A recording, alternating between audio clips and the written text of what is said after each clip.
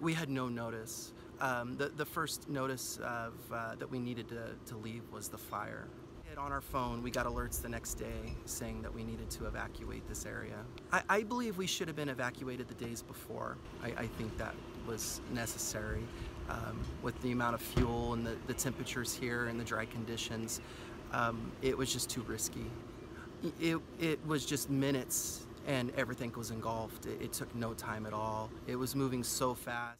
But a lot depends on the fire behavior, and that's why it's imperative that people in these areas and around their homes be aware of the fire.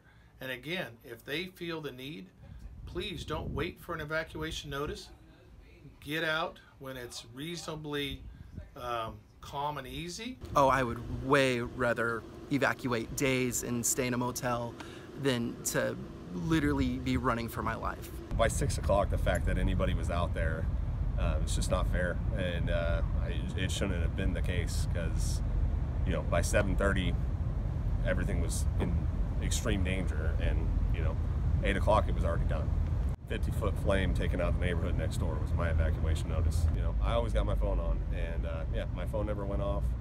Never saw a police officer in our neighborhood. Saw them hitting the main stretch of the road as we're all leaving in bumper-to-bumper traffic, but it definitely, you know, we didn't receive a notice. Our notice was common sense and fight or flight.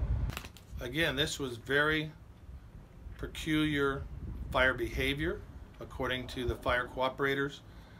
This was a very fast-moving fire, and in some instances, with the being driven by the wind that the fire generates in itself, plus weather conditions, you could have the fire jumping out ahead of miles. We were doing the absolutely best that we could with the amount of personnel to get out into these neighborhoods, but sometimes that fire gave people only minutes to get out.